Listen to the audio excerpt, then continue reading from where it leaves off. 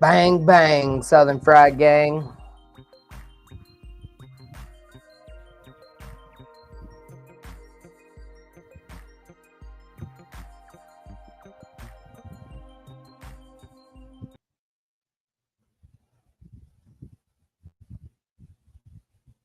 Good evening, ladies and gentlemen. It is my great pleasure to be here with you this evening, Saturday, August the 16th. We have almost made it to football season, ladies and gentlemen. And tonight, football will dominate the conversation. I am JD Wyatt, the Southern Fried Gentleman of Southern Fried Sports. As Mark already says, if you're watching, make sure to hit like or dislike, hit subscribe, and don't forget to check out greenvillesportsmedia.com. I just put up 2 articles today on there. One about one of the topics that we are going to discuss this evening with a very special guest who writes for FCS Nation or FCS Radio Nation. You can find him at Socon John 22, I believe it is, on X. He also contributes for greenvillesportsmedia.com, and no one better to inform all of us about Southern Conference football this year. Yeah, I'm looking forward to it. I mean, I guess we're a week away from kickoff. I mean, we got Mercer and UC Davis coming up on, this next Saturday. Right. Oh, sorry. I just got invaded by a bunch of kids out here. So, oh, no, that's all right. Bear with me for a second. So I'll no go problem. to a quieter location. But we are good with the children. I thought I had found a quiet area, but apparently not. All right, now, that's all right. Yep, so grateful to join us on vacation either way, so we certainly do appreciate it. Yeah, well, see, I was at the pool, and then there's a softball team staying here, and there's probably 30 girls that just all came out at at the same time. So right, okay, but yeah, I'm looking forward to it. We got a week to go until football season. I got Mercer and UC Davis coming up. This is the first game in the FCS Kickoff Classic down there, and I guess it's Montgomery, Alabama, at the Crampton Bowl. And it'll be interesting. I'm looking forward to seeing what Mercer does in defense of their title this year. Yep, Mercer is one that really strikes me. Samford, I'm really curious about as well, and we're going to dive into all of those teams with our SoCon preview. Again, John, on Southern Fried Sports, I do like to mix in a few other topics. And so we'll call these our Southern Fried appetizers, if you will. Right. So let's go most recently, John Mateer. His Venmo descriptions. Another athlete caught up gambling. What was your initial thoughts when you heard about that? I mean, it's just become kind of become a gray area with athletes, right? I mean, it's legal in some instances, but it's not legal if you're in a professional sport like Pete Rose, for instance. I mean, you can't. It's legal for fans, but it's not for athletes. You know what I mean? Right.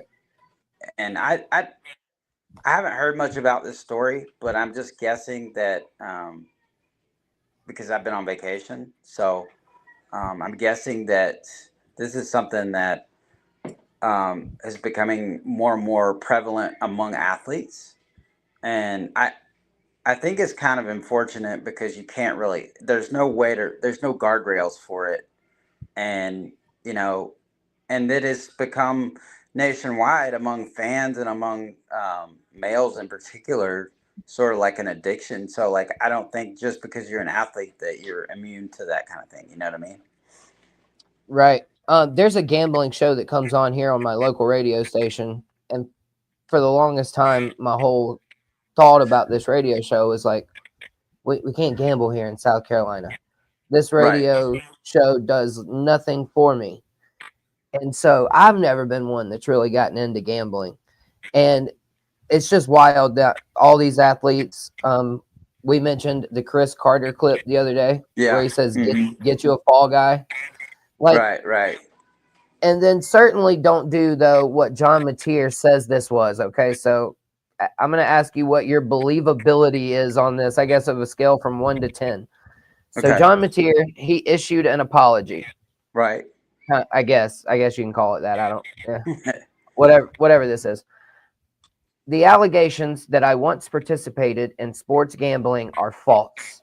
My Right. previous Venmo descriptions did not accurately portray the transactions in question, but were instead inside jokes between me and my friends. I have never bet on sports. I understand the seriousness of this matter, but Uh, recognize that taken out of context, those Venmo descriptions suggest otherwise. I can assure my right. teammates, coaches, and officials at the NCAA that I have not engaged in any sports gambling, said one John Mateer. I find that a little bit hard to believe, but that's Right, just. I mean, that's just coming from. That is, to be accused of it, and then just say that outwardly you're. It almost sounds like a lie. I mean, I'm just. You right. know what I mean? Yeah. Well, he And, lost me at inside joke. You can't right. explain I to me don't. one There's inside no joke. inside joke that you're dealing with big money. I mean, like, you know what I mean? Like, uh, and I don't know how much, but it's not an inside joke because people get banned from their respective sports for life for this. You know, like Right.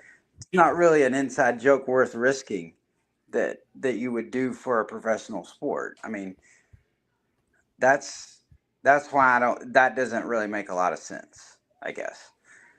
Yeah. So you were out on it too. I didn't believe it at all. No, I don't Like, believe one. I mean, I don't believe it for 1 second that he's never like that.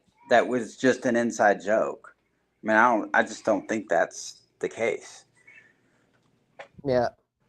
He definitely didn't confer with a publicist prior to putting that out. No, no, he needs a public relations director. He's gonna start doing that. I mean, Indeed. that's what that is for me. I mean, but I just think that nowadays you just gotta. There's so much more you got to be careful. And really, that this goes back to I think every probably professional athlete needs a PR guy, or Right. some kind of public relations specialist to make sure they're wording stuff right to where it doesn't sound like what you just read. Right. And I then, mean, yeah, like you said, things have changed. People have changed. And so, this whole Venmo description thing, though, where you can just scroll through, and apparently, if people have it public, you can just see whatever they sent someone money for, whether it be yeah, digitally, flowers like or this or that. it'd be the same thing if it were like Cash App, right? I mean, aren't Venmo and Cash App kind of the same thing? Pretty So much. Yeah. like you could just see, you can see whoever sends whoever what money. You know what I mean? Like that. Yeah, yeah. That's scary. But then the other thing I don't understand is like knowing that it's that easy to see how you acquire money or send money. Like, why would you do it? Like, you know what I mean? That's much easier to see for public to see than if you're doing it another way. You know what I mean? hmm And that begs So the question, too, like, why even do it as a joke? Like, right, just none of it makes sense. right, So there's one of your Southern fried appetizers this evening, folks. Let's get to one more before we get into this SoCon chat here in just a minute. This one, all right, John. So this one is a head coach, okay, and he highlighted something. His comment's gone viral, and I have a post up on it about X. You can find it at okay, JDY06 on X. But here is essentially what happened there. So I posted blah blah blah that I applauded the coach for saying this. okay. But here is what he had to say by Brent Dearman of North Alabama. I did see this earlier today. So That is a about lot of heartbreak for Yes. one team in less than a week. Like, this needs to be studied for like the most epic case of bad luck ever. Well, I was thinking like, is somebody have like a voodoo doll and sticking like that's almost borderline like is your team cursed or I mean like not to get kind of weird on you, but that's a lot of bad things to be happening to one team. It's I mean, wild. yeah, And just look at some of them too. I mean, some of them are normal, and then you've got um let's see, like the ones stranger, where you got people getting kicked out of houses yeah, or stranger breaks into your house while you're asleep. right, You got a football player working night shift, yeah, a family member kicked out of the house, yes, that one was the one I got to, and I was just like, how is this? and It's just all of this happened to one team in less than a week of him being back. He says, yeah, in and one there's week like within what team. 3 or 4 like siblings or parents or family members that have passed away on that list Mhm. too. That it's crazy. Health problems. Somebody was in a car accident, I think. Yeah, that's uh one of them. Uh, it's just and it's so sad because he highlighted as we want to get on these players and yell at them to make the play is what he right play. finishes this. Yeah, we want them to make the play, and he said we better love, serve, and care. And I kind of flipped it to fans in my post, and here is what I said. Yeah. A lot of fans, I said, I applaud North Alabama coach Brent Dearman for posting this. A lot of fans throw hate and vitriol at players, not realizing that they are real human beings with feelings and they That all have have a real personal life. lives. Yeah. They're always kind of put up on this pedestal, Uh-huh. and, fans just think they can yell and scream and derogatory I terms. And gotta so that's I what kind I of took gotta from it. I kind of gotta add on to this. So now that Absolutely.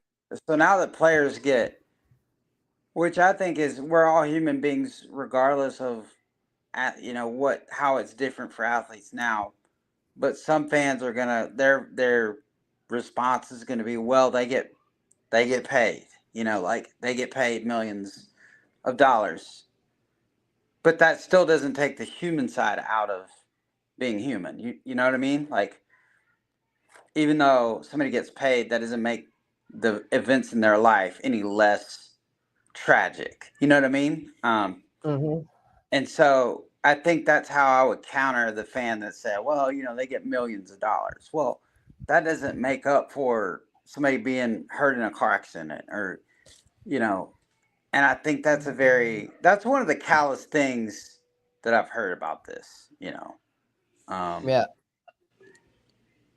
Making eh, that much money doesn't, I mean, you wouldn't go up and scream at your boss like that. no, You know what I mean? He absolutely not. makes more Right. money.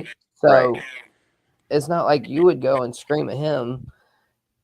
And it's just like Brent says, somebody was going back and forth with him on my post, and the coach responded, which was shocking to me. I'm a little nobody, and North Alabama head coach Brent Dearman's commenting on my post, and Right. so somebody said something about it, and he came back and he basically said, look, the McDonald's worker, they don't get screamed at and bashed by 15,000 people and on the internet Right. for dropping a ball or something. They mess up, they don't give you your drink, but you know what I mean. It's not the same. You can't Right. treat Right. it the same. Yeah. I mean, I think, like I said, I mean, regardless, it doesn't really matter, what a fan would add to that. Uh, People have lives, and people's lives still mean we're all created equal. So no one's life is, you know, because they make this amount of money or because they play at this level and not that level. No one's, you can't be, as fans, we got to respect that. And as media members, we have to respect that no matter what they're getting paid or what what level of football they play, whether it's FBS or FCS, they're still human beings. You know what I mean? Like, um, and that's the way I think. I think that's the point he's trying to make, is in a roundabout way, is that like how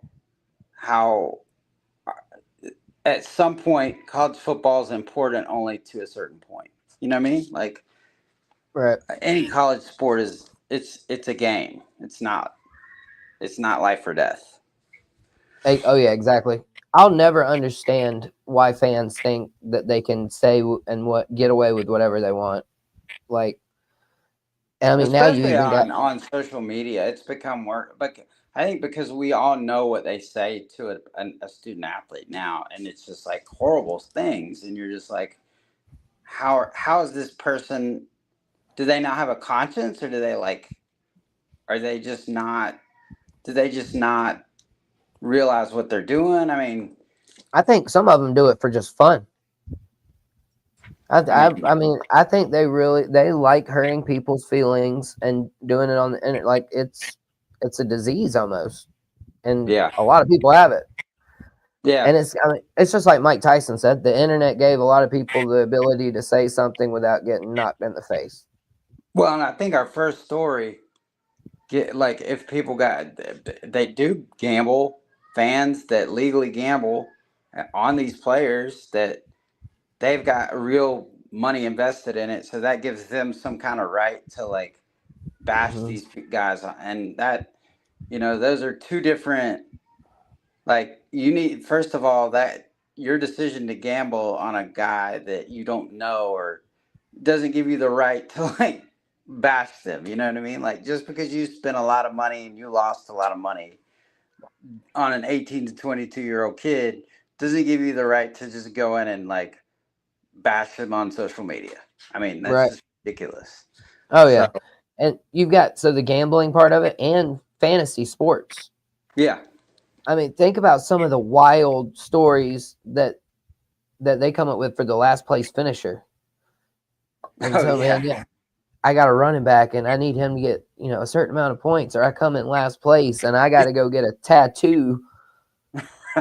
Right. Yeah. I ain't going I ain't gonna, be harsh and brash, but I'm gonna be like, gee, thanks, man. You know what I mean? Like, Right. there's a fun way to have fun, and then Just then there's taking it too far. Yeah. yeah, there's the people that take it too far. Right. That was pretty Uh, good appetizer. that was. I That was pretty enjoy good. the philosophical side of sports when you get into stuff like, you know, just looking at there, there's more to sports, and what does sports teach? Sports teaches the student athlete a lot of times more than it teaches the fan. The fan really never learns because we see people being idiots all the time. You know. We got KP. He's pretty funny so far over here in the chat, which all of you can do. You can join the chat. Make sure you hit subscribe. But KP, he says, I'm not a degenerate. I only bet on the Little League World Series games. Well, if you're betting on the South Carolina team and they're winning, keep doing it, okay? That's all I got to say about it. Yeah, I mean, I haven't even really sat down and watched much of the Little League World Series.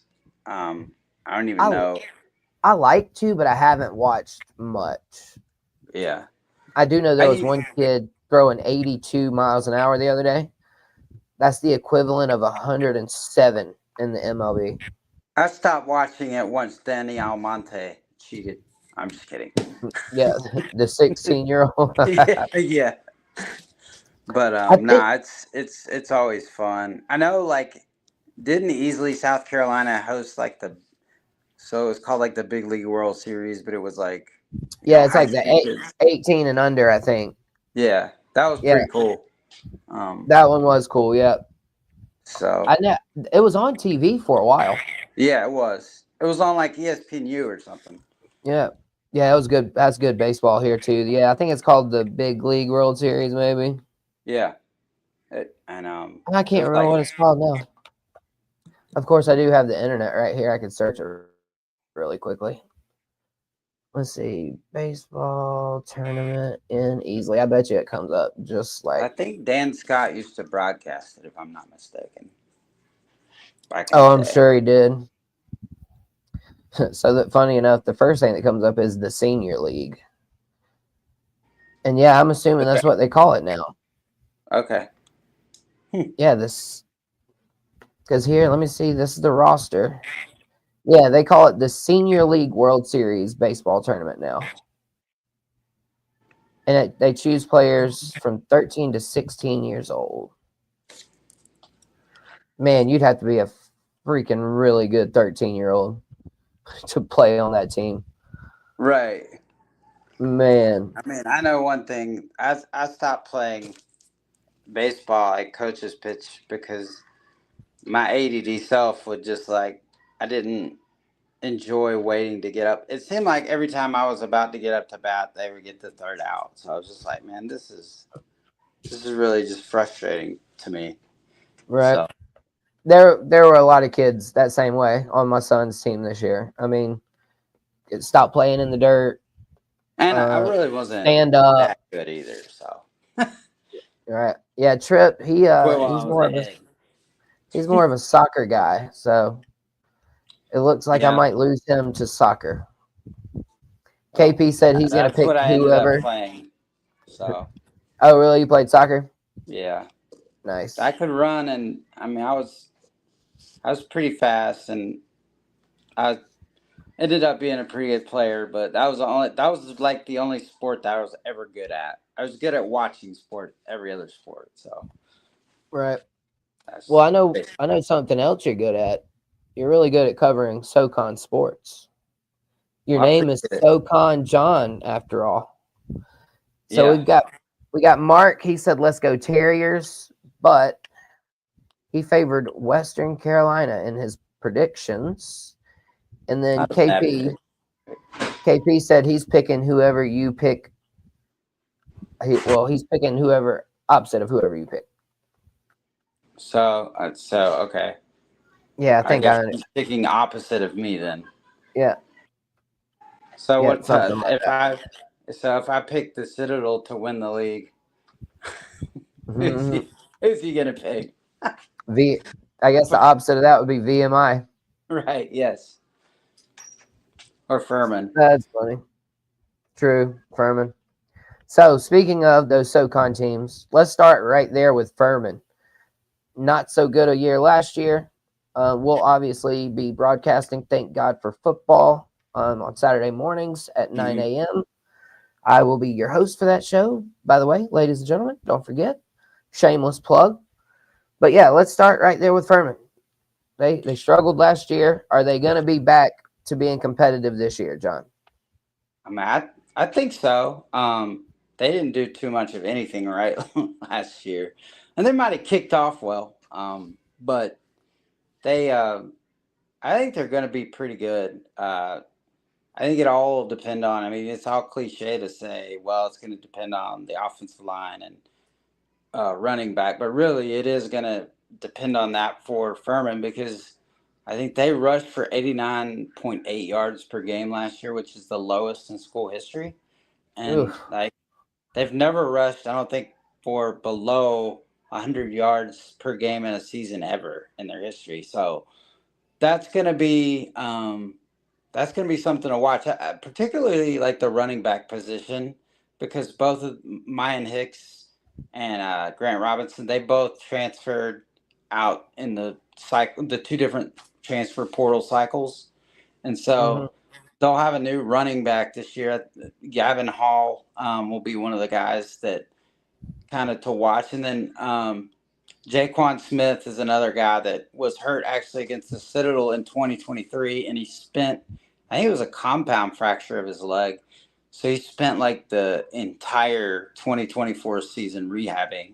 So he'll be back, and then they've got um, a couple of young running backs coming in. CJ Nettles is a guy to watch among the freshmen running backs that he could provide he could be a difference maker as one of those young running backs that sees playing time.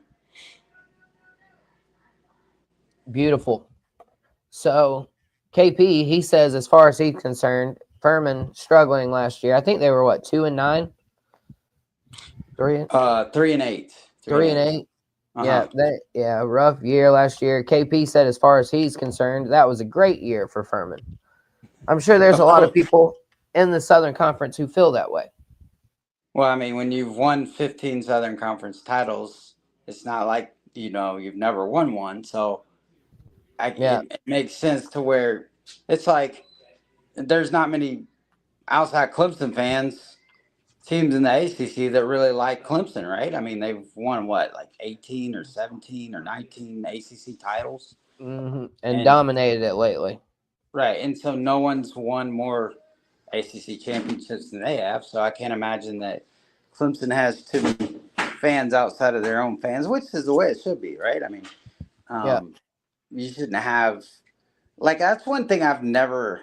I mean, I know the SEC is a good conference, but I've never understood that sometimes when South Carolina fans are I understand it more for FCS conferences because you are kind of fighting, and maybe it'll become that way with FBS now because in FCS, you are kind of fighting a narrative more so that your conference is good, and that the SoCon is a good league, and I see that a little bit with the ACC. So there is a tendency now to, I guess, cheer for more for ACC teams. I think you should probably in the non-conference, but when in conference play, you shouldn't really other fans shouldn't pick sides between two SoCon teams or whatever. But having said that, I think you got to cheer for your team in non-conference. You got to cheer for your conference, especially when you're a conference like the SoCon that's trying to reestablish your name as one of the top brands in FCS football. Right. And so a matter of fact, there was big news that came out of the SoCon the other day as far as, the health of that conference and all of that good noise. And we'll save that for our desserts here after some of these team previews. But moving right along there with Furman. I really like with Furman too. I like their defense. I think they're going to be pretty good on defense this year. I think that's really where the difference is going to be. And if I had to pick two guys, Demetrius Baldwin is a guy that at defensive tackle I think is going to be a difference maker. And Joseph Perez Garibay, I think I'm saying that right, the transfer from Idaho State at nose tackle. So I think they're going to be really good on the defensive interior. And I think they'll have a little bit of depth at cornerback, which is something that they were desperately in need of last year. I think they had 4 or 5 transfers in the defensive backfield, and so they're going to be much improved there. And that's one I'm going to look forward to seeing how much improved they are on the defensive side of the ball because, as you know, I follow in football. If you're good on the defensive line, you can generate pressure with your top 3 or 4. Then you're probably going to be good in the secondary because that makes life easier. I mean, if you look absolutely. At the past 2 SoCon champions, it's gone. The team that's led the league in sacks has also led it in interceptions. So they kind of go hand in hand. Right. Yeah, they that is absolutely true. The defensive rush, they can make life easy on defense, especially like you mentioned, if you're doing it with your 3 or 4 and you don't have to send a blitz. Yeah. It doesn't put your players in a compromising position. And so, I just wanted to glance over here at the Furman schedule. I mean, starting out, I could honestly see them starting 3-0. Obviously, they got Campbell there in that 3rd game, but they open with William and Mary, and then they've got PC and then Campbell, and then they go into Samford. Right. And I think those 3 games, will tell us a lot about how the rest of the season's going to go. I mean, that's cliche to say, but the William and Mary game to kick things off, I think is really key. I think that game last year was a game that, Furman played pretty well, and that they ended up giving up 380 rushing yards, and it was a 34-24 game, but Furman took a 14-3 lead, and then I think I think I want to say William and Mary scored 24 unanswered points from that point and kind of took control of the game. Right. KP says, nice job throwing shade at Western Carolina when we talked about Furman and dominating the Southern Conference. Apparently, Western Carolina's never won one. Breaking news. Not really, Which is but kind of hard to believe because they've had some, you talk about how they've had so much talent and heck, they've made it to a national championship game before and not won the SoCon. And that is really sort of unbelievable because I think last year they were good enough to have won the league. Um, and they had several things go against them. One of the things that was injuries. I think simply having struggles at quarterback, I think in every year that Kerwin Bell has been there, they've had guys, their starter go down, and then they've had to break in a new guy like in the middle of the season, and they've ended up being pretty successful doing that. But it's a hard ask to do that like every year. So it'll be interesting to see if Teron Dickens can stay healthy throughout the season. And I know one year they had some offensive line injuries, and they actually had an offensive line coach pass away in the preseason due to when the COVID-19 pandemic was going on, like in I think it was 2021, and then they actually had an interim guy that used to coach in the league at Georgia Southern take over and coach the offensive line. So that was an interesting dynamic that played out back in 2021, and they ended up being pretty good. They started out 0-6, and I think they ended up 4-7 that year. right. Yeah. Western Carolina, I got a good buddy of mine, Jada Sullivan. He's a coach for Hillcrest High School. He played at Western Carolina. Fran Brown, coach of Syracuse, played at Western Carolina with my buddy Jada Sullivan. I've seen some of their clips before. They had a really good Jada defense. Sullivan, he played what, linebacker? Yeah. Yeah, I remember him. A good Yeah. player. Yeah, he had they've always had pretty good players on both sides of the ball. I feel like if you look at I think the past 4 years under Kerwin Bell, I'm pretty sure they've gained 5,000 yards in maybe 4 out of those 5 years, which is pretty crazy. And they've set offensive records, I think, in 4 out of the last 5 years. if I remember right, they've always all 4 years under Kerwin Bell. They've always had some good quarterback play, I feel like there. Oh yeah, they definitely have. And if you go back to like guys like Tyree Adams, and even further back to go back to like the early to mid '90s, they've had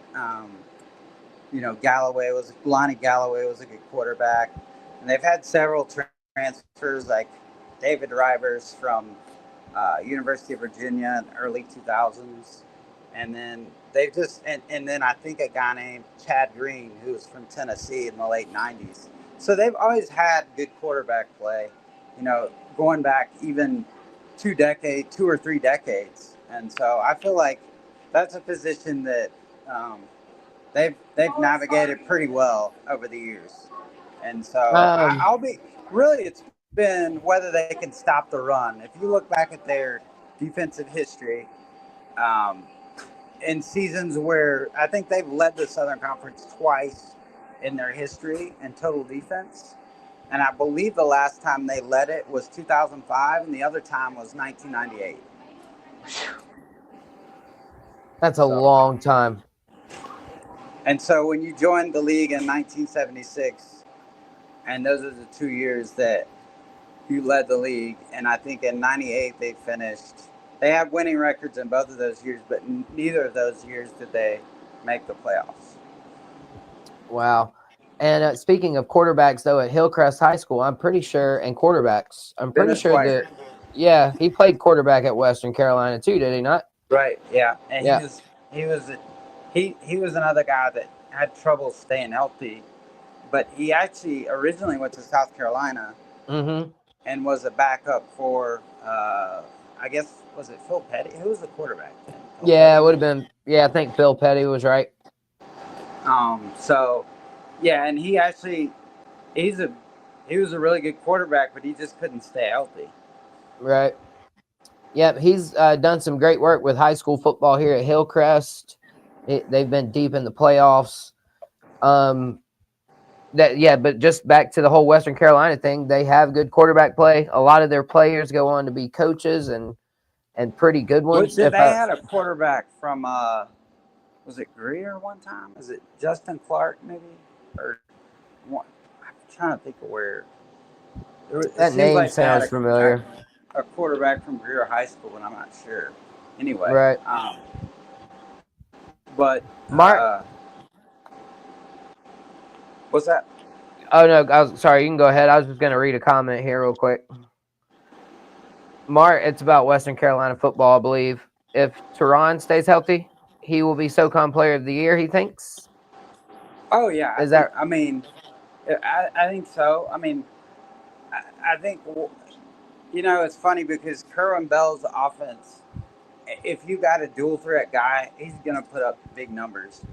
And I think Teron Dickens is the kind of guy that he reminds me a little bit of Tyree Adams that Western Carolina had a few years ago, and in the fact that he might be a little bit bigger than Terrell or Tyree, and he probably has a little bit stronger arm, but I think he's just as elusive. But he hasn't really been asked to run it as much.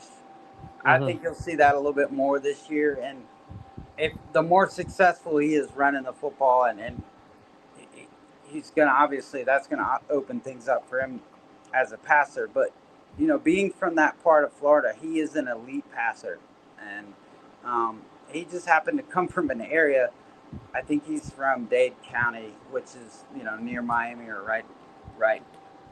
Broward, Dade, I think is where he's from, somewhere in that area. But like, there was a crop of quarterbacks in that class in which he came out in, and I know he got several offers, but I think he was a 3-star, and it was one of those situations where Western Carolina really was fortunate to get somebody that talented, but because there were really so many talented quarterbacks that were already going to like Miami and Florida out of that area at the time.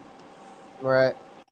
Yeah, I So mean, 3-star guy to Western Carolina. I mean, there's guys that are 1 and 2 stars and no stars that are on yeah, much better teams.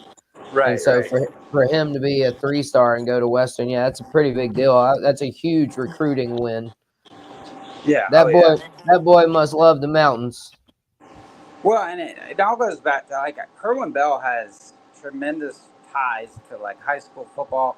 I mean, he played at Florida and he set I think the SEC passing mark while he was at Florida in like the late '80s or mid '80s, and so he has a lot of connections. I mean, heck, he was I guess quarterback.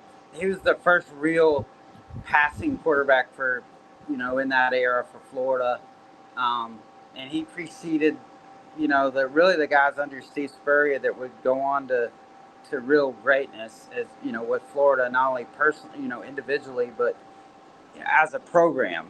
Um, and so, but he was he was before like the guys like Shane Matthews, and if you'll remember like Danny Warfel and those guys. So Mm-hmm. Kerwin Bell was like the first great passer, at Florida, and I mean Steve Spurrier was, but he was more of like a dual threat. But like Kerwin Bell was like a drop back passer, Right. pretty much. And so, uh, yeah, I think he's just kept and Kerwin's a real personable guy, so like he's real easy to interview or get along with, I'm sure. And I'm imagining that he's kept up all those ties with different high school coaches in the state of Florida. And let's be honest, who doesn't want to play in an offense at Western Carolina that is sort of similar to some of those fun and gun Steve Spurrier offenses at Florida? I mean, who Right. wouldn't want to do that on an FCS? So that makes that recruiting pitch a lot more attractive. to an even if it's an FCS school in the mountains of North Carolina. I mean, you're going to get kids to listen to that because one, you were a success in the SEC for Florida, and two, you've got a proven amount of success over, I guess, now heading into what his fifth year as a head coach. He's got this team right on the brink of not only making the FCS playoffs for the first time since 1983, but I really think they're really close to, if they can get things shored up on the defensive side of the ball, they could be a real title, one of those teams considered for a, a title favorite this year. Right. They certainly aren't far off. And looking at their schedule, I believe their first conference game lines up against Chattanooga. So, John, tell us, what do we need to know about Chattanooga? I mean, I know that they were picked second. What shocked me at Media Day was the fact that Western Carolina was picked below Chattanooga. Um, I think Western Carolina's a better football team. They've proved it. The last 3 years, I think they've beaten Chattanooga head to head. I mean, there's not much arguing you can do for Chattanooga in that situation because they've been beaten, by Western Carolina, and it's actually their longest winning streak in the series against Chattanooga for Western Carolina. So, having said all that, I think Chattanooga has quarterback issues. To be quite honest, their issue is the exact reason a lot of people are going to pick Western Carolina to win the league. I think Chattanooga's had quarterback issues starting at the end of last year and starting with a Western Carolina game where the starter Artopius goes down like on a Thursday prior to the Western game, and then he notifies the coach on a Thursday, and then Saturday's here, and then he's got to put Luke Schomburg in, who was not expecting to play in that game. So um, I just don't see Chattanooga really. I think they're going to be a good football team. I don't think they'll challenge for the SoCon title this year. I think Luke Schomburg is a decent quarterback, or if it's Camden Orth who transferred in, I think from Bowling Green, I think those guys are decent. But I just don't see them really challenging Western, or for that matter, Mercer, for the SoCon title this year. I think they only have 5 returning starters, and they're in a similar situation to what Furman was last year, and that they just don't return a whole lot. And then they've got a whole bunch of guys coming in from the transfer portal that you really don't know anything about. Right. So I think that is a big Yeah, game. Chattanooga is an interesting one. That is a big game. I think it is in Chattanooga, if I'm not mistaken. And I would be shocked if Western Carolina didn't come away from that game with Just with a win. pulling up their schedule. Let's see. Western Carolina, yes, they get them at home. So they open up, Chattanooga does, they open up with Memphis, and then they've got Tennessee Tech Golden Eagles, Stetson Hatters, Tarleton State, Texas. Yeah. Which one? Go ahead. That's schedule. Their schedule, I mean, it's not maybe as tough as the one they had last year, but Memphis is good. I mean, you look at Tennessee Tech, who we're going to talk about in a few minutes. They're that's going to be a tough game. They've got a tough stretch to really begin the season, and you're asking a guy that either is an inexperienced quarterback to go into some big games right away, and it'll be interesting to see whether it's Schomburg or Matthew Klimmer, or even if it's Camden Orth who transferred in, which one of those guys is kind of asked to carry the team right off the bat from the get go this season. One of the interesting things about Schomburg is he has been in some really pressure packed situations, as he was the quarterback really for the end of the 2023 season for Chattanooga and he won a playoff game, the first ever playoff game that Chattanooga won on the road that season. So that'll be one kind of interesting guy to watch, I think, for the season, is whether or not, if it is Schaumburg, he has been in some pressure situations. I think his first start actually came against Alabama in Oh, 2023. yeah. That'll cut your teeth. Yeah, so Yeah. he's not going to see anything that he hasn't seen yet as a Right. a starting quarterback. I'm just not sure that he's. I'm still.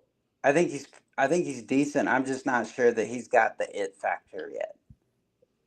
That kind of takes you as a quarterback. That how sometimes there'll be a quarterback and they don't do anything that well except lead, Right. like their leadership skills. Like, I'm not sure that he's there yet as a leader. I think he's got tools that he's a very good quarterback, but I just don't think I haven't seen him in that setting yet to where he's just like rallied his team and can be really a rallying force in a game. That's what it kind of my question is about him. And quite frankly, I have no idea how good, if the Camden North is the starter. I've never seen him play, so everything that I see of him will be new if he's the starter. Right. It'll be interesting to see if he can develop, though, through the season. I mean, maybe what he is just what he is. Maybe he doesn't develop very much Right. more. And yeah, what you were saying basically, though, he's about average at everything. Not really great or will wow you. In one, like, man, he can throw the ball a mile, or man, he's Right. really accurate. It's Yeah. just a warm body, so to speak. Right. And that might be It'll too, be because interesting. This whole season there's will just be. not enough. So what? There's just not enough footage of any of those guys yet to really to make for me to say one way or the other. But I'm leaning more towards Chattanooga being like a 6-6 team rather than them being like a 9-3 team. That's, I guess, what I'm trying to say. And Yeah, I'm not just pinning that that on makes sense. quarterback. I We'll think get they've got maybe a lot of issues to solve. right. So I think, Understandable. um, Roster but holes or yeah, deficiencies. I think that for the first time, their front seven, normally they've returned a guy within their front seven that, like Jay Person or Marlon, was Marlon, I think it's Tom or Anthony, that for a year ago that won SoCon preseason defensive player of the year. So they don't have a guy, like they don't have, a guy that comes into the season that's really heralded on the defensive side of the ball for the first time in I don't know how long, because they've always been consistently so good on defense. But within their front seven, they don't have a guy this year, and that's one of the fascinating things to me. Is I think one of the things that Rusty Wright has been such a really good coach, and they've done such a tremendous job of just being fundamentally sound on defense and just having guys that don't make fundamental mistakes. And so when you have that, and you don't have that for the first time, I just think that is one of the real question marks I have, because I really don't know for the first time in like maybe a decade that who that guy is on the defensive side of the ball that's kind of going to be their leader. Right. And as we don't really know anything at this point. And so, yeah, Chattanooga, it'll be interesting to see what we learn about them as a team going forward this year. It'll be interesting to see about the other team in Tennessee. Charlie Browder, he was a guest on the show. We've had a great conversation with him before. They also have former Michigan quarterback Cade McNamara. East Tennessee State, I think they're going to be really good. I have leaned towards picking them as the SoCon winner this year. But again, we don't know what we don't know about these teams. And I can't wait to see one game. And even then, It's the first game, so we still won't really even know our team until week 2 or week 3, and Right. that's part of the fun of it. So, what are we going to learn about East Tennessee State? Man, I think they're going to be really good. I think I picked them to win the league, and I really don't like. I'm kind of doing this, you know, a lot of prognosticating now with the NIL and transfer portal. It's so much.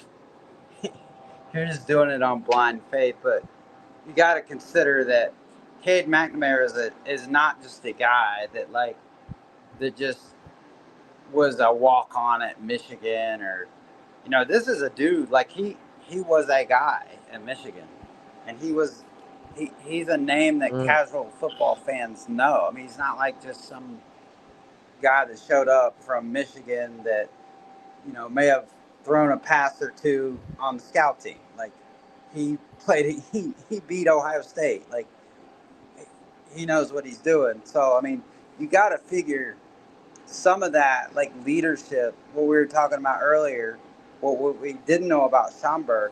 You've got to figure this guy's led Michigan to some pretty big wins. He's led Iowa. He knows what it's like to lead in the biggest of big when you're talking about college football.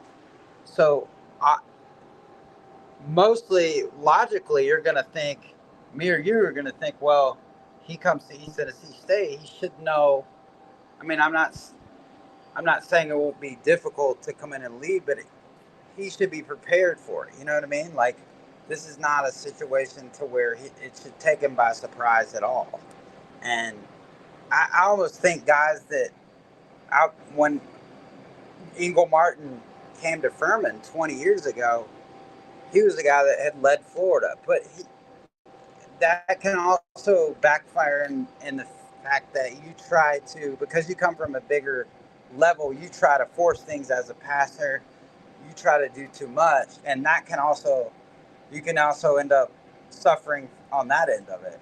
So I think it'll be what kind of balance he has as a quarterback and as a leader, leading a bunch of guys that he's coming. He doesn't really know. He hasn't led them in a game yet.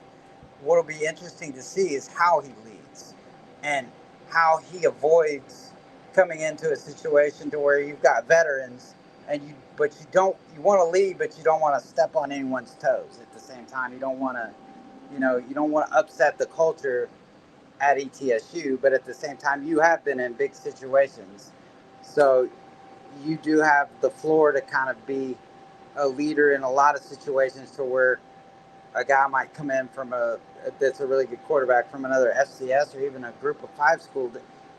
I think Cade McNamara has a floor that very few quarterbacks could ever come into and have, because he mm, has been in the biggest of situations in college football. right.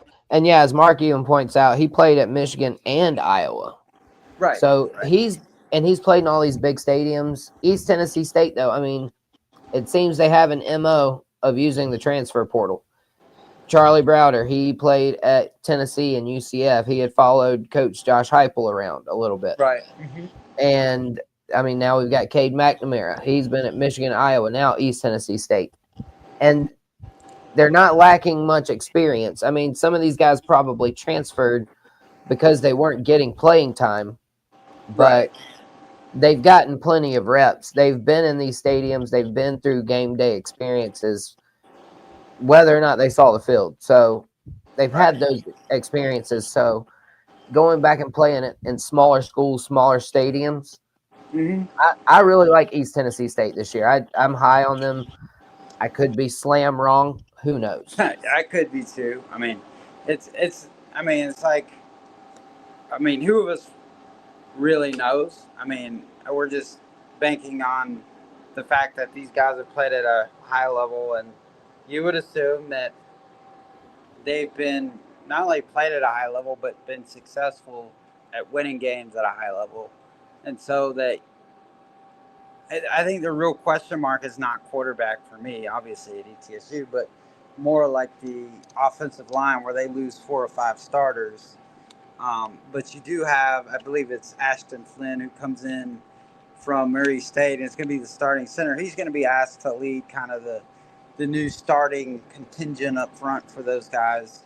And I'm interested to see what happens along that offensive line. I think they're really good at the skill positions on offense. I like Devontae Houston at running back. They've got a couple transfers that are pretty good running backs from Ole Miss, and I think they got one from Grand Valley State.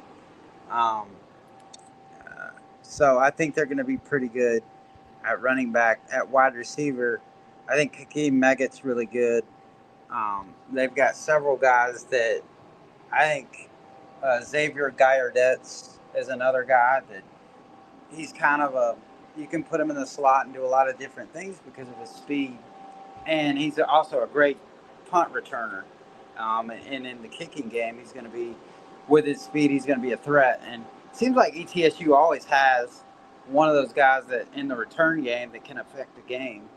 Um, you know, even going back to the times in which they were, prior to them canceling football the first time, and they've always had a guy that's seemingly been a good return guy. Mm-hmm. That's critical. Special teams, flipping the field, giving the offense short field.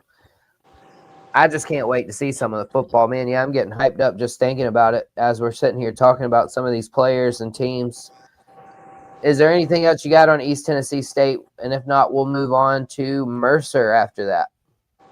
Just about their defense, I think I'm excited to see Nick Hunter.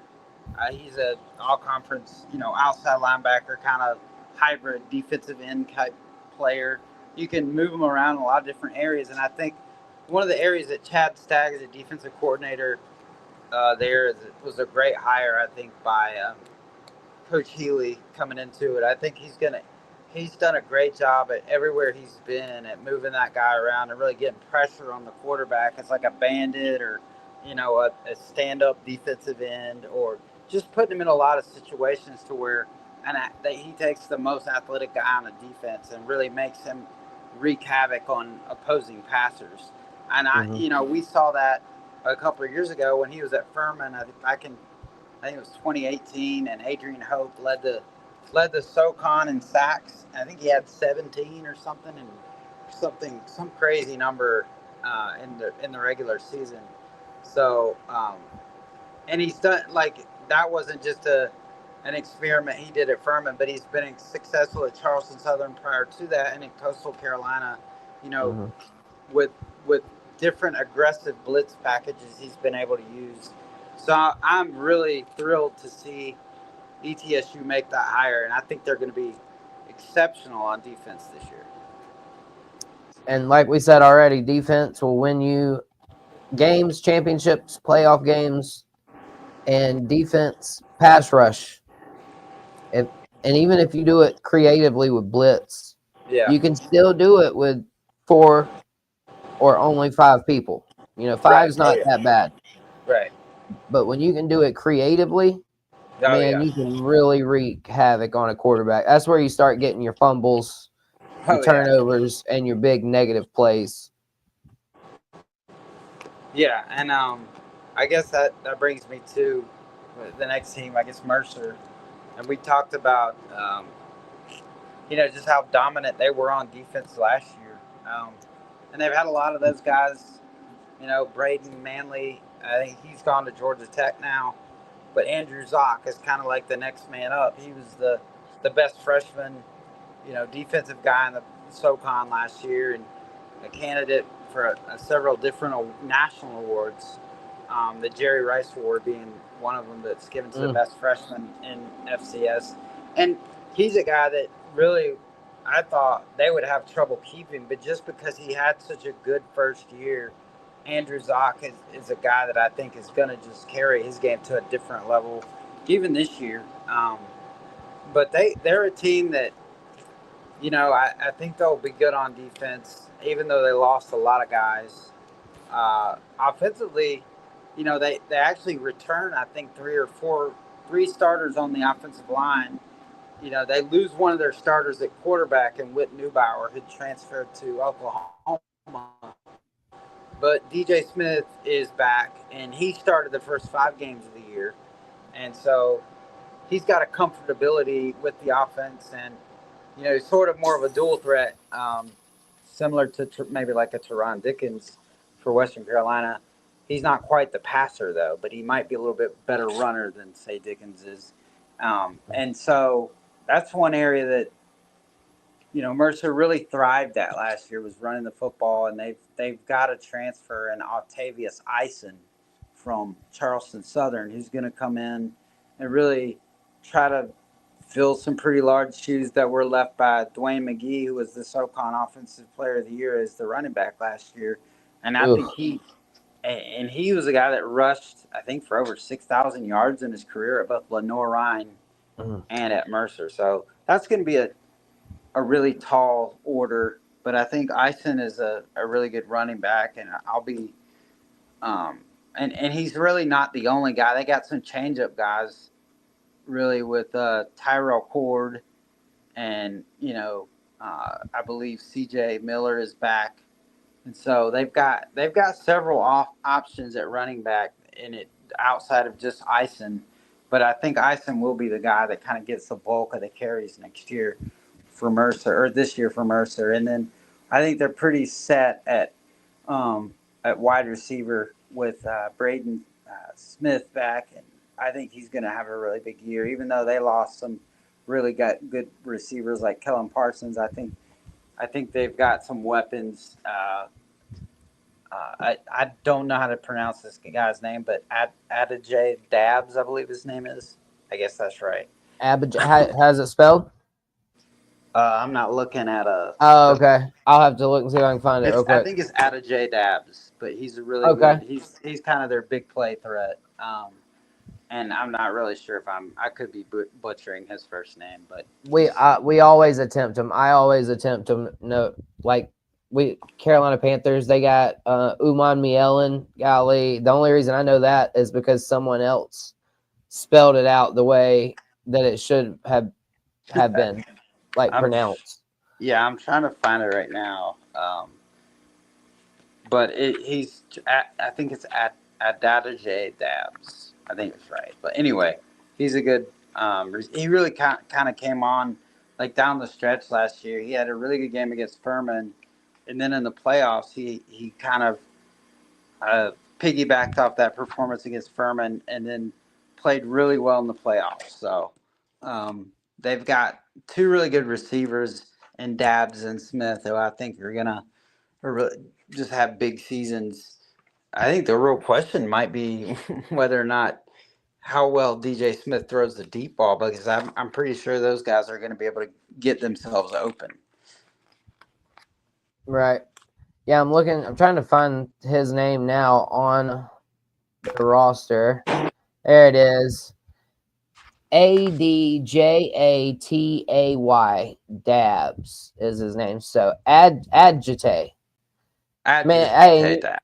Agitate Dabs is how I would pronounce it. And you know what? It's short for agitating. Yeah, so his parent, agitate, yes.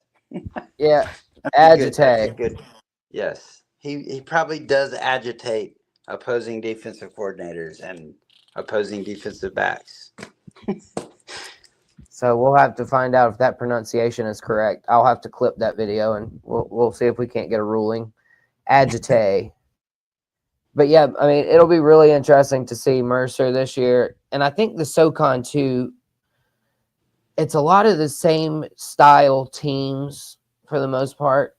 Like they're obviously with Citadel and VMI, they've been option teams and stuff in the past. VMI's gone away from that. The Citadel is starting to go away from that a little bit.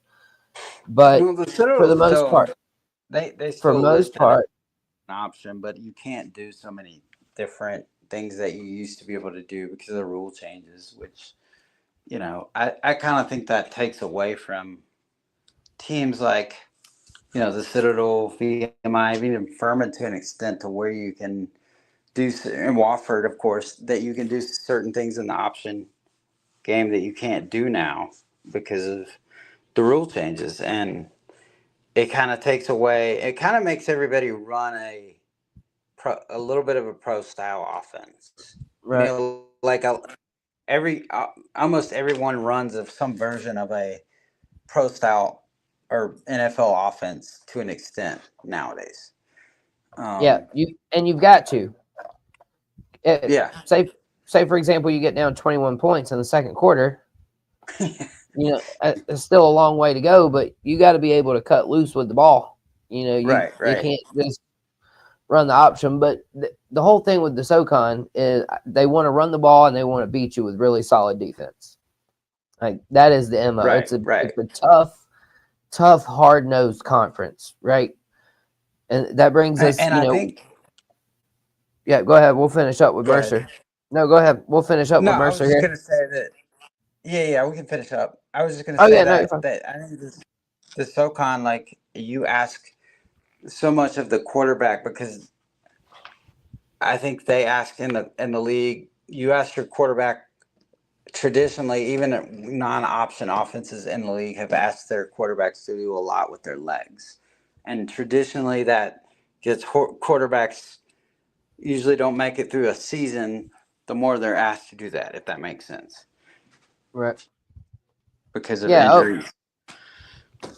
Yeah, that absolutely makes sense. And no, what I was meaning was, but we're gonna swap over to another team. We still got a few more teams to pack in, and then we've still got the question about the SoCon as a conference. Right. And then I'm gonna test your memory as well to see if you can run down your order of finish for the SoCon this year. All right. All right. So yeah, we've got Mercer. And like I said, I feel like we're talking about the same team kind of over and over and over again, because it comes back to defense, running the ball, coaching styles. SoCon, y'all, if you don't watch it, I'm telling you, it's good football. Every game is nuts, man. It is really, really good football. I'm excited about it. Yeah.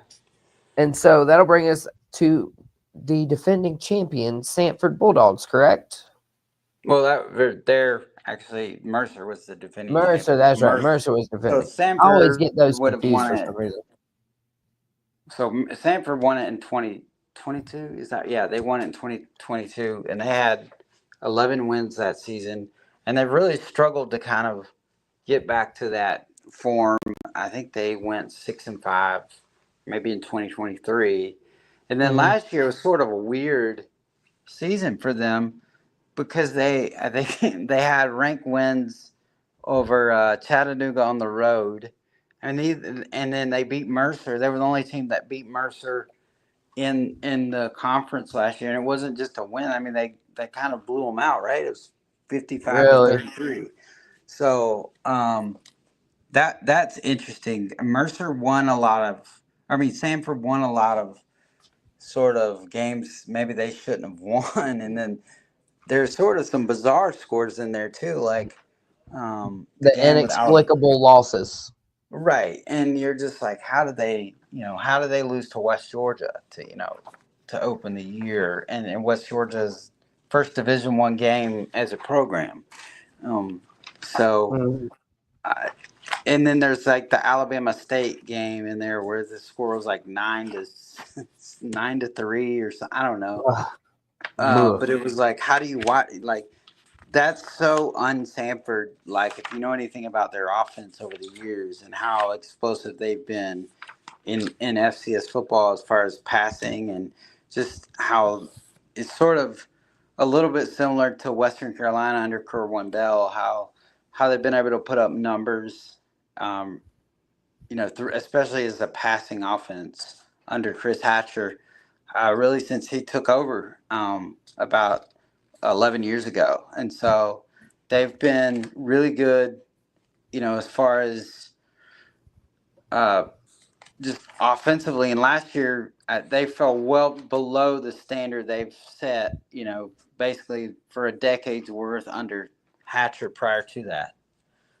Mm-hmm. But they do have a quarterback in Quincy Crittenden, who's their only returning starter on offense. They lost 10 starters. He's the only. But if there's one thing you want back, the quarterback, I guess, is a good place to start. But wow, and he's a really good one. and so he's a good dual threat quarterback. But in some ways, he's a better runner, I think, than if you ask him to just sit back and throw. Like if you put Aid in a box, or and just ask him to beat you throwing the football, I think he'd probably have more of a difficult time than if you just kind of allowed him to kind of settle into the game with his legs. I think that he becomes a little bit more difficult then. But I'm Right. sure he'll be.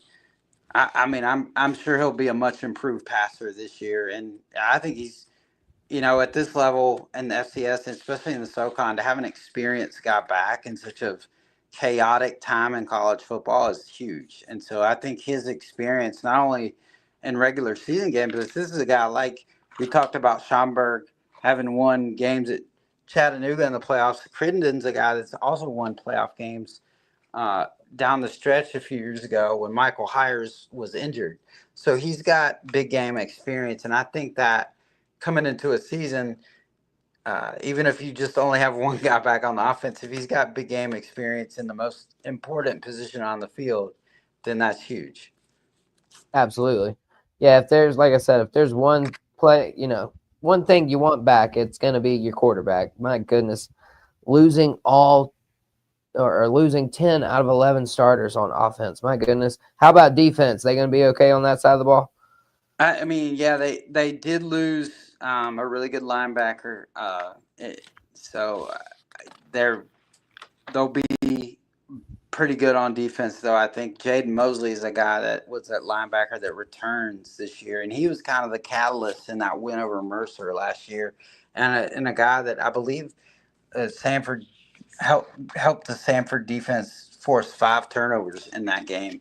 Another guy is Jayla Gansey is a guy that is a good defensive back. I think he'll be somebody that is a playmaker, and I believe a guy that not many SoCon fans might not be familiar with, Malik Thornton, who is a transfer he's an All-American, I think, from the University of Cumberland, I want to say, in Kentucky, and he was an All-American kind of player at the Division II level. So, I think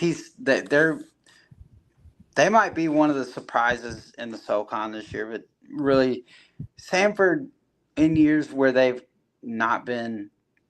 sort of been picked in the middle of the pack. They've really done most of their damage, and I think they're picked fifth this year. I think they'll be one of those teams that kind of contends towards the top of the league. Right. Yeah, I think they're going to be very good again. KP, he responds back to one of those games after Sanford, I guess, Yeah, won maybe. Then they went down to Charleston and got shut down. yeah, they did, and that was one of those games that where kind of Citadel. I think Hatcher got probably outcoached in that game a lot by Coach.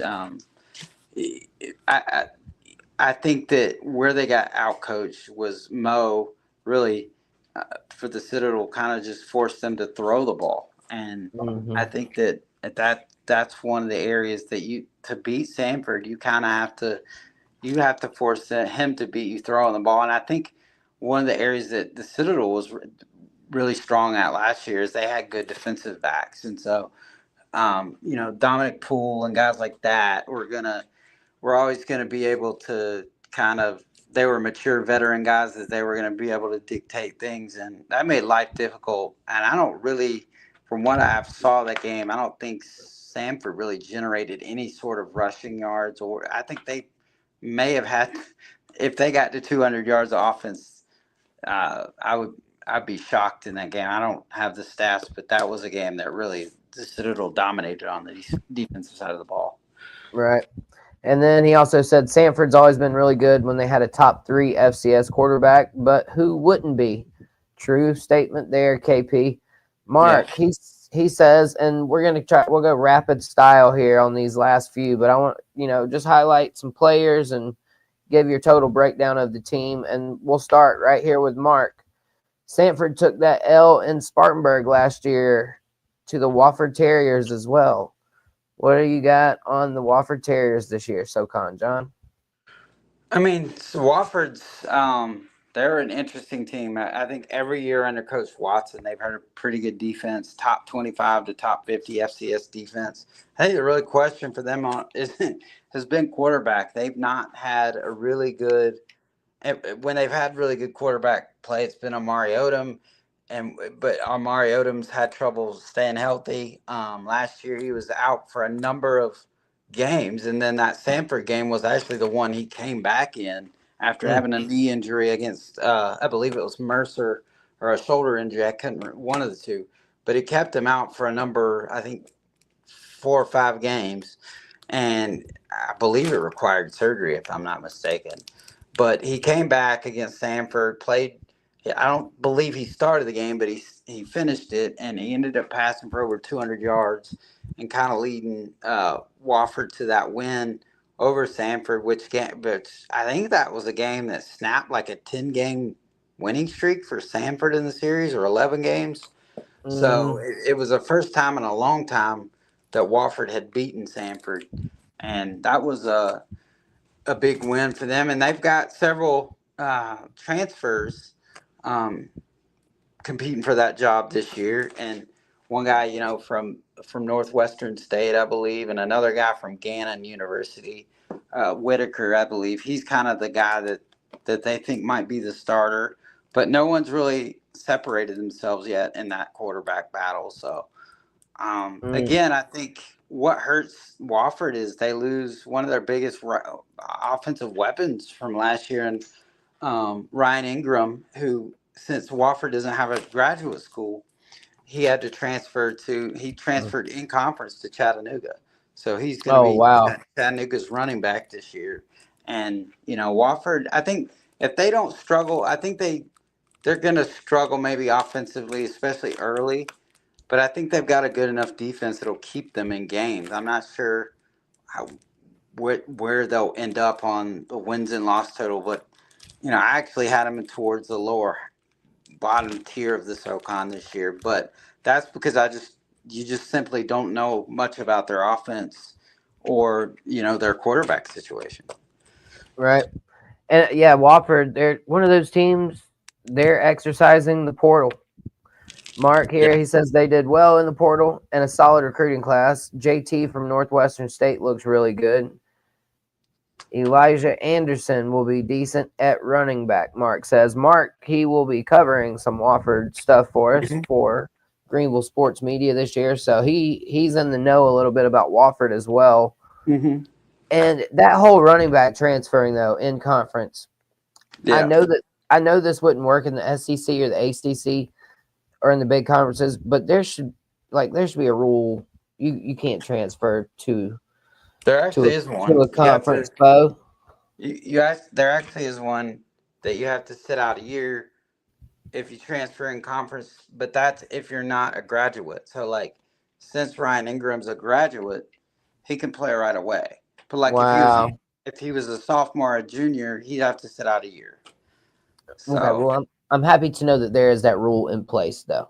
So even if there is a loophole, I guess to it, but the dude's put in his time, man. I yeah, mean, I mean, he's put in his in time. some ways, it's a little bit on Wofford for not having a graduate school when everybody else in the league does, right? I mean, Yeah. you kind of have to, in that way, adapt. I mean, there was a while there where Furman didn't have one, but they added a bunch of classes to make a graduate school to make guys to be able to not only make guys stick around for graduate school, but to get guys from other schools in the portal. Yeah. So that's a big advantage, especially in this league at the FCS level. If you can have a graduate school to where you can get guys to come in to play, I mean that's huge.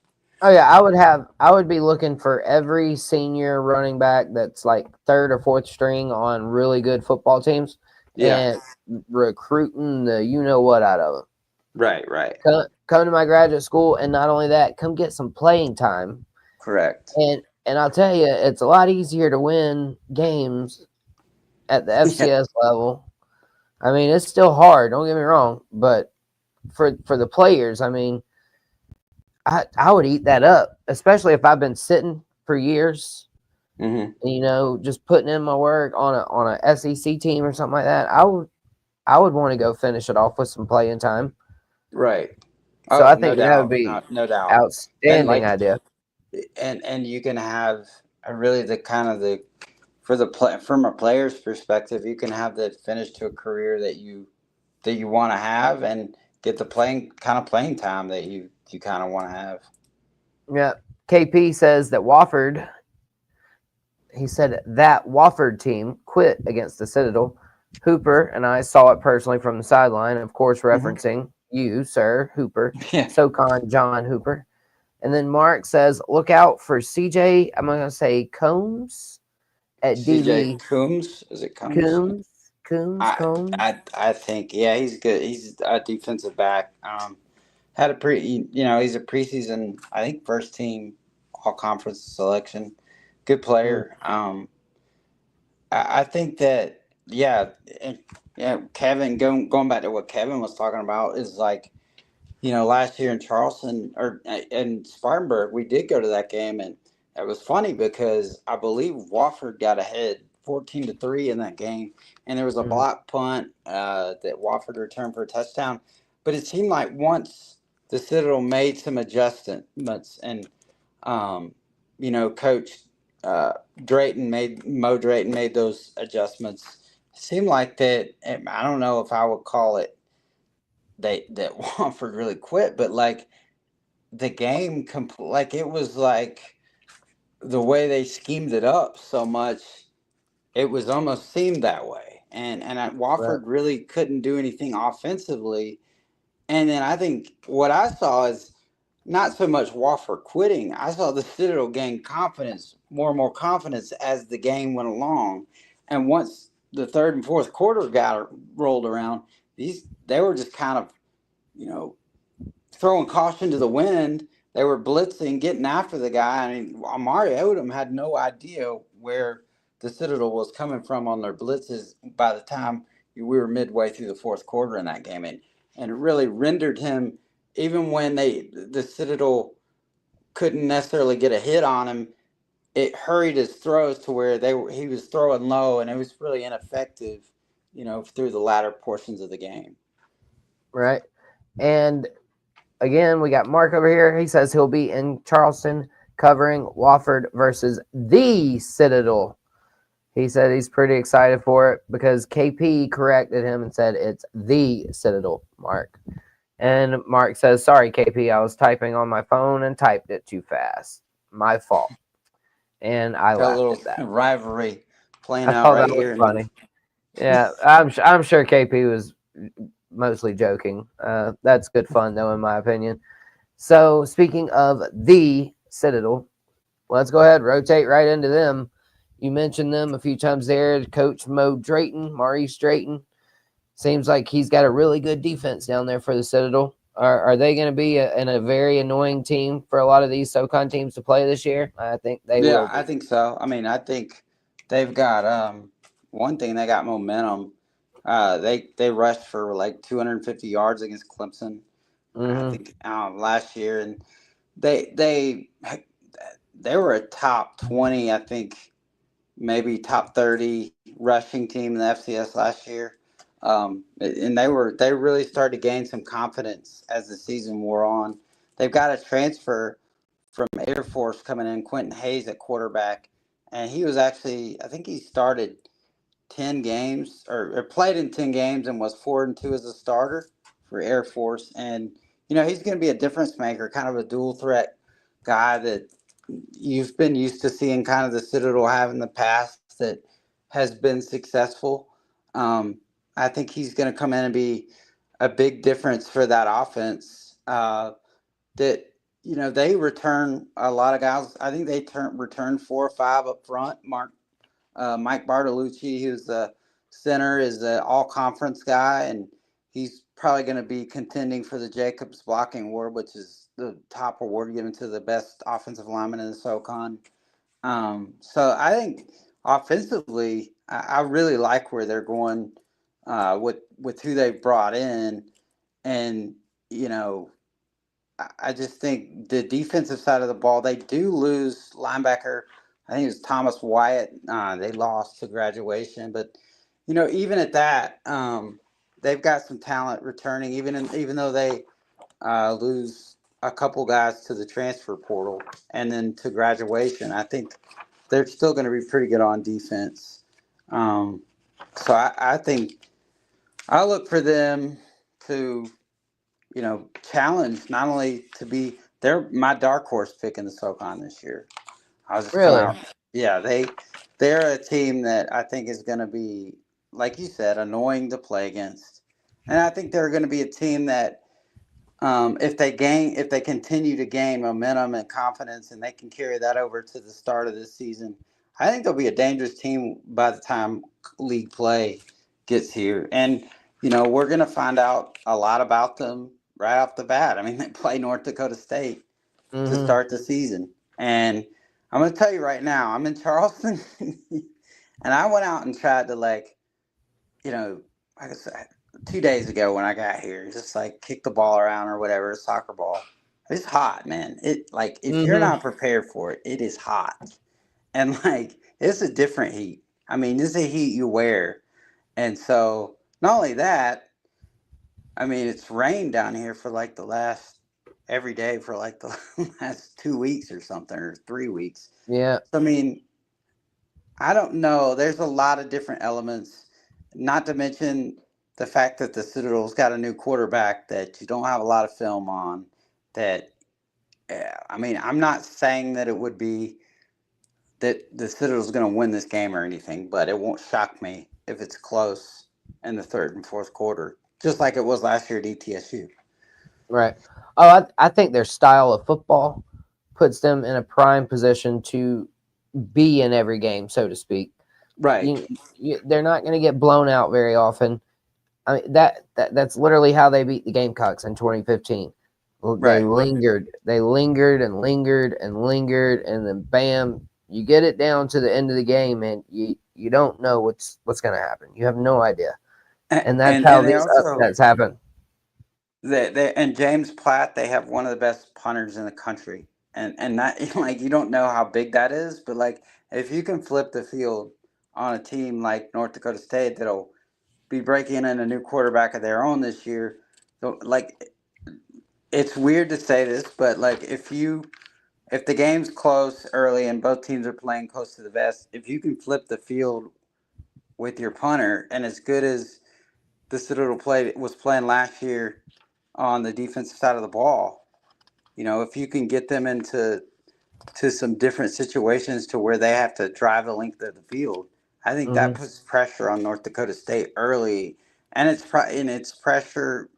Not only that, but then they're battling the heat and the elements at the same time. Hmm. It's going to be a fascinating watch, I think, to start the season. Yes, that's gonna. I'm hyped up for that game. Actually, North Dakota State. We all know about their tradition of Yeah, winning. I That mean they've their won 10 tradition, national titles, so yeah, is winning the national championship. So they're a really good football team. It'll be a perfect litmus test for the Citadel. yeah. Um, as I am all for having like tune-up games and stuff though in college. I don't. That's a whole other conversation for a whole other day. But I just can't stand the fact that they go into this thing naked, pretty much, man. I'm just no warm up, no lube, nothing. Just straight into it, man. Just family show, people eyes up here. But I'm talking about football. But football, they just right into it. There's no warm up game, nothing, man. It drives me nuts. And so Fletcher, we found out though the So you quarterback. think? Do you think there should be preseason games like for See, college that's football? that's why I was saying it would be a whole other conversation. But essentially, I don't. I think their spring game should be yes, one a Yeah. game 10 days before the season. Maybe I think they should play They should get one some game. You think? like one. Yeah, but even then, you're talking about having to cut down the conference. Like you're having to talk about cutting down their schedule Yeah. and adding in an extra game, and now they get paid, and so I I just wish there was some way though for them to play a tune-up game. not even for their sake, but for mine. Right. Because watching your team on the first week, man, sometimes it is painful. Yeah. Just the penalties, the errors, the Right.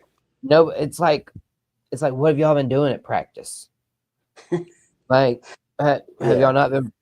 y'all not been playing football at practice? Like, you get out there on your first game, and I'm it's just sure like, that you echo the sentiments of many head coaches throughout the country.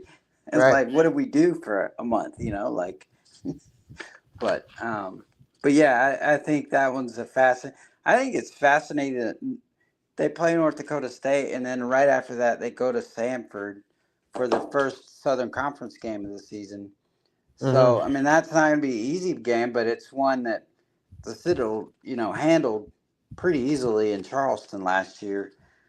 Now it'll be asked to go into their first SoCon game, and it's I wouldn't call Sanford the toughest of environments to go into, but I mean it's not easy. But I think right, that you could, I mean, realistically, I could see the Citadel going into a game with Mercer on September 20th with a 2-1 record. I mean, that wouldn't be yeah, shocking to me. I mean, I think they'll beat Gardner Webb. I think it wouldn't shock me if they beat Sanford. It would shock me if they beat North Dakota State, but we'll right, see.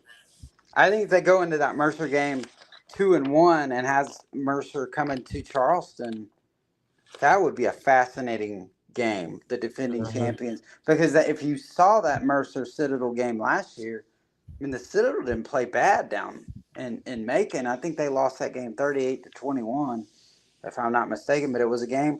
It was one of the better games the Citadel played in SoCon play last year, and I say that in a 17-point loss. But Mercer is, I don't believe they lost at home last year. right. And it was probably one of those things where the Citadel was probably right there the whole game, and then a couple Yeah, of it those was. points probably came like garbage time. Well, and the other thing is like, yeah, I mean, it was a game that where like Mercer pulled away late. It wasn't Yeah. like and so and I think I want to say that one of Mercer's scores, or maybe even two, were like pick sixes. Oh yeah. Yikes. Yeah. Yeah. That'll So that'll flip the scoreboard in a hurry. Last thing on the Citadel here, Mark. He says he learned that the Citadel punter is self-taught, and he was actually a manager on the team. Mark thought that was a pretty cool story, and I think that's a pretty cool little that is tidbit as pretty well. awesome. Yeah. A self-taught punter. I mean, I kid you not. The guy was hitting like 75 yarders in like warm ups last year at that Wofford game I went to.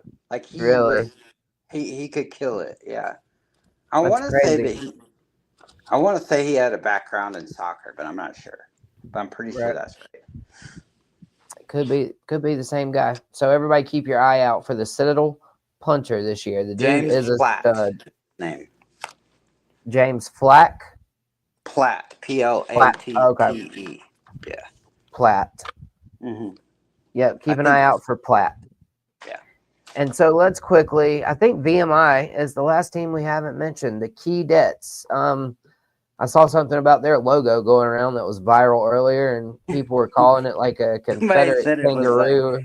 I've seen some great I actually like it, but like people were like, that looks like it should be on like a pack of cigarette, like Right. these. But I do. I kind of like it. It's creative. Uh, I think it's something that. I mean, I've always liked the interlocked VMI. I always thought that was pretty classy. But I mean, I also like this too. What do you think? What are your Right. thoughts? Yeah, I like just the. I really like just the VMI as well.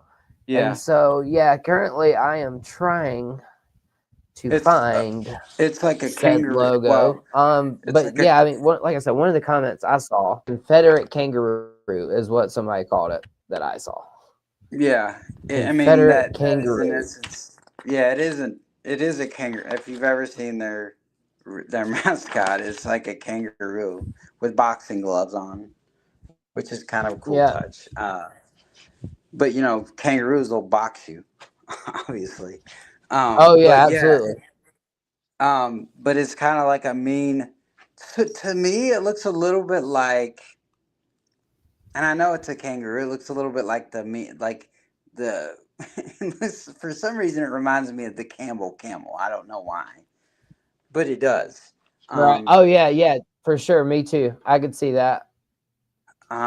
I could but definitely I see do that. like the creativity of like the collar where they have the two stars or whatever on the uniform, which is pretty cool.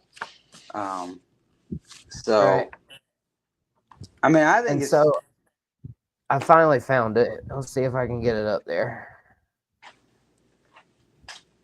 yeah, it's pretty cool. I mean, it's definitely not. I There just we have it. I find it funny.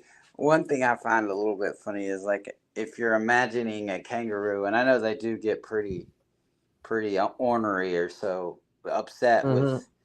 with people, but just see them make a face like that is kind of That pretty funny. that's But exactly where I was gonna go to was the face. It looks like he's talking out the side of his mouth like this kind of like, yes, hey, you but I better like listen to the me. incorporation of like the stars on the collar and you know the marquees in the background. I do think that's pretty cool.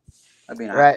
overall I give it like an 8 if I had Yeah. to out of 8 And out of 10. it's gotten a ton of talk. I mean, and that's what you want. You want people talking about it. Yeah, you They want to generate, you know, to me, that's the kind of publicity you want to generate in the off season. Is like you want to do a creative. If they've done their job, if they've done a creative enough job to get people arguing for one side or the other, they've done their job. right. So to speak. Absolutely. And so But as as far far as as the them team's on the concerned, football field, yep. Go right ahead. man, it's funny because VMI really played pretty well in Danny Rocco's first season. They were, I guess, 5-6, and they returned a lot of I think they had 16 or 17 starters back last year, and then they go, was it 1-10 or 1-10 or 1-11? And Hmm. it's just like, That's pretty how bad. did you have that many people back and then do that? Because the league essentially was maybe a little bit better, but it wasn't so much that much better that VMI should have had that much of a fall off. You know what I mean? And Hmm. really, their issues have been, again, quarterback. Even though they had returning guys, one, they've had trouble keeping guys healthy. And two, they've just not really gotten a lot of consistency out of the quarterback position. And so, in the first season when Danny Rocco was there, they got away with a little bit of coaches really didn't know how they were going to be. VMI was going to approach the offensive side of the ball, and they did a lot of wildcat. And they had a really good running back named Hunter Rice, and um, pretty good offensive line. So they used him in a lot of different situations to kind of mask their quarterback issues. Hmm. But last year they weren't ever really going to be able to get away with that as much because teams already had film on the schemes and stuff that Danny Rocco had, and so they were more well prepared for VMI last year, and it kind of just one thing snowballed on another, and it really didn't start turning around until they beat Furman late in the season, and then they started playing some pretty good football. Right. I imagine it's really hard to coach there. It's probably Yeah, even it's got to be harder. the toughest job in FCS, probably. It's probably even harder if you don't have a plan, as you said. Like it, Yeah, you gotta have you gotta have an option plan. Like you gotta have something simplistic. That's one and, thing and too and it that makes I'm it all hard for. to have a plan if one, your quarterback can't stay healthy, and two, Hmm. they're not very consistent, and Hmm. not to mention the offensive line wasn't. I mean, I think the biggest issue that VMI has year in and year out is their play and on offensive and defensive lines because they traditionally have the smallest offensive line and defensive line in the league, and so Hmm. that's going to make it tough in a league that's getting so many FBS transfers that are bigger, faster, stronger, whatever. And Yep. VMI is still a program that's like Wofford, not one that we'll see. Wofford takes transfers, but see, VMI doesn't take a whole lot. I don't think they take any transfers, and they don't have a graduate school. So that makes life even tougher. When they've had trouble retaining guys that Hmm. were good players that have gone on to Marshall, James Madison, and other places to play the remainder of their careers. Yeah. Yeah. It's got VMI has got to be a very difficult job. I Yeah. imagine it's very difficult. And so I think we have covered all the teams. Yes, we have. UNCG, we did not talk about them because they do not play football there. No, they do, however, at the newest SoCon.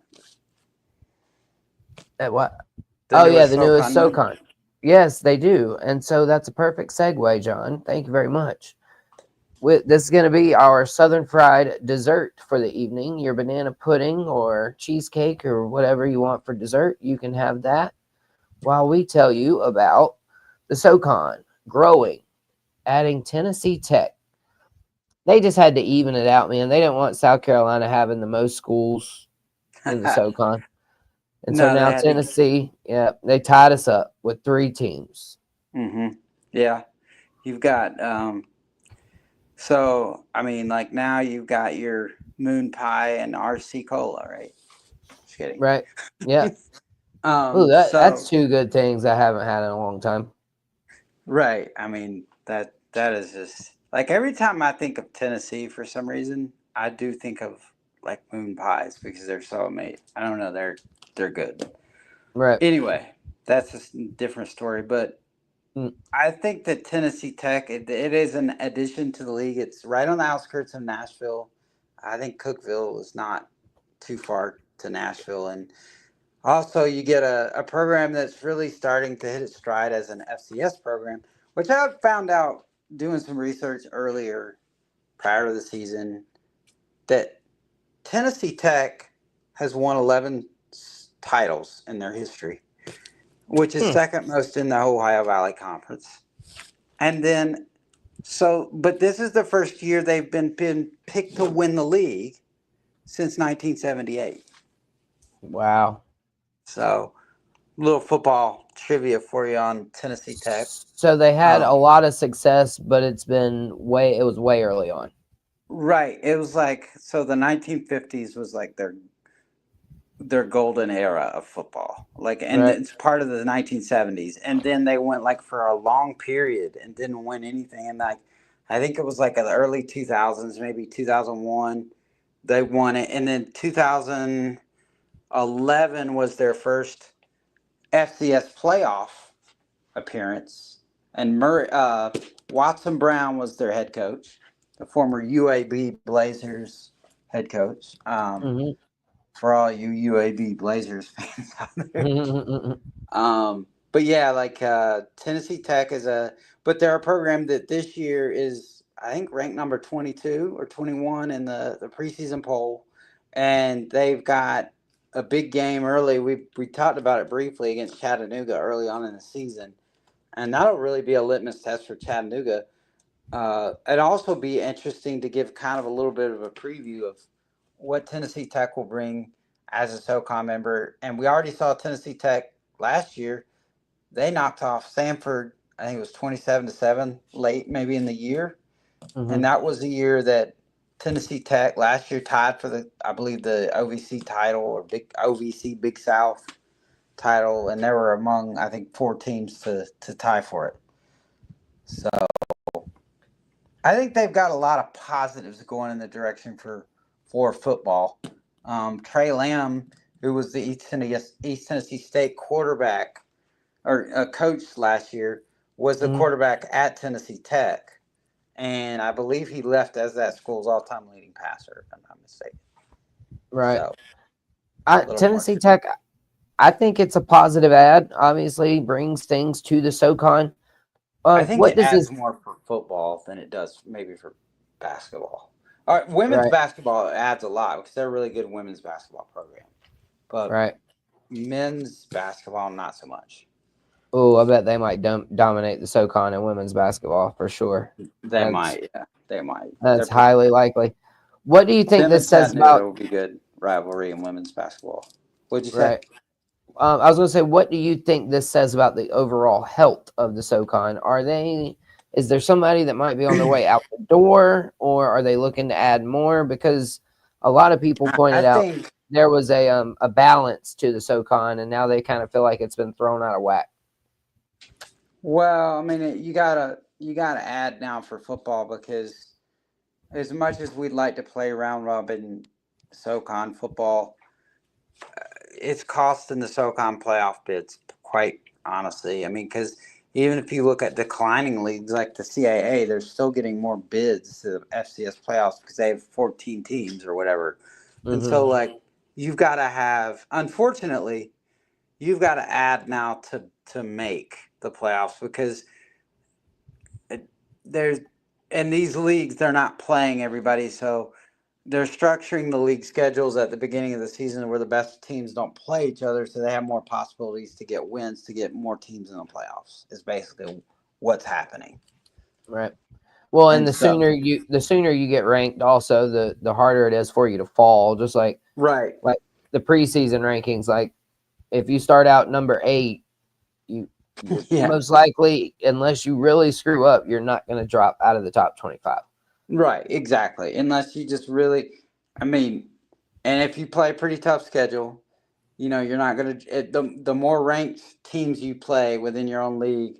See, that's how if you can get it to where you have 3 or 4 ranked teams that you play within your conference within the season. Well, some of these teams aren't even dropping but like 2 places in the Mm-hmm. in the rankings. So that's the thing is like you kind of these conferences are kind of gaming the system from the outset of the season by just Right. having preseason publicity to get them enough ranked. You know what I mean? And it's just, And so I you're think that's a saying little bit though, ridiculous. and so basically you're saying though the SoCon adds one, and they probably need to continue to add more, Yeah, right? they need to connect. They need to add like 2 more, I think, or probably, and not. They don't need to stop with Tennessee Tech. I think they need to add at least 1 more, so you can make it. Let's see. Now it's 10 teams. I think they need to add 12. I need if they can get to 12 for football, where it's like not everybody plays each other. And as much as against that as I am, I do see the benefits of having that. If the playoff selection committee is gonna be that way about Mm-hmm. conferences that don't have the best teams playing each other every year, then I mean I don't see why the SoCon that's the only way to do things, and the selection committee is not going to change. I think you get to 12 teams and see how life is and how you're treated as a conference, and if the selection committee treats you any differently now that you've made those changes. Right. I think they need to add as well. Mark, he brings up, he thinks that PC would make sense in the SoCon. Right now, they play football in the Premier League. I said I agree. PC would be interesting. And he also mentions High Point, but they don't have a football team. But they would be really good to add for basketball. And Yeah, they'd SoCon, be a John, good. Yeah, they go would be a ahead. good basketball ad. I'm not sure that I'm on board with adding PC at this point. Simply because they don't play scholarship football. And so to be a member of the SoCon, you have to play scholarship football. And I mean, if even at that, I think I can see maybe from having another Palmetto State team in there, but I can't really make an argument for PC at this point. I could make an argument to add High Point as a basketball only member. Right. Could see that. I could even see somebody like Lipscomb being a basketball only member because of their success. Um, Who else I would you I think add? Campbell is an intriguing one that I Campbell? would take a look at because they're willing to spend a lot of money, and that's one thing that the SoCon is kind of. They remind me a lot of Mercer in that way. So Campbell would be one I would consider. Right. All righty. And so, SoCon John, we're getting down to the end. Mm-hmm. We've done all the teams. I did say I was going to test your memory. So, Okay. can you run down the order of finish that you have for the SoCon? Yeah, I think I You can. can go, was it 9-1 or 1-9, either way? I can do. I can do 1 to 9. I think it was. I had one. Had East Tennessee State. 2, I had Western Carolina. 3, I had Mercer. 4, I had Furman. 5, I had Chattanooga. 6, the Citadel. 7, Mercer. Or I'm sorry, 8. 7, Sanford. 8, um, who did I have? 8, Wofford, and 9, VMI. Is that right? Sounds right. Sounds right to me.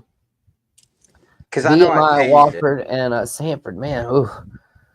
And then the Citadel down there too. And like you mentioned, they could be up at the top maybe. Right. They I they are mean, annoying I to think the play. first 6. If you look at the first 6 teams, I think those are pretty good football teams. Within the first 6 or 7 teams, when you get to 8 and 9, I think there's a little bit of a drop off. But really, the top 6, I think, are strong. I think any of those 6 could make it to the FCS playoffs.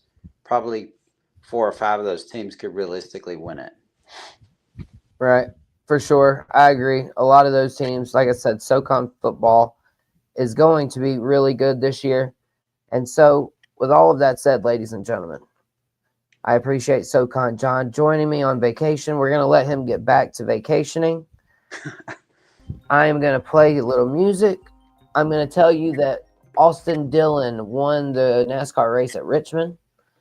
The Carolina Panthers looked very poorly again in their preseason game. I almost said playoff game. Who they play tonight? Oof. They played the Texans, Oh, and yeah, the starters did 2 drives. It was atrocious. The starters should have played more drives, but just little random updates here on Southern Fried Sports. So for SoCon John, for me, the Southern Fried Gentleman of Southern Fried Sports, for GreenvilleSportsMedia.com. We'll see you guys again soon. Be blessed, not stressed, and just be kind to one another. Dang it.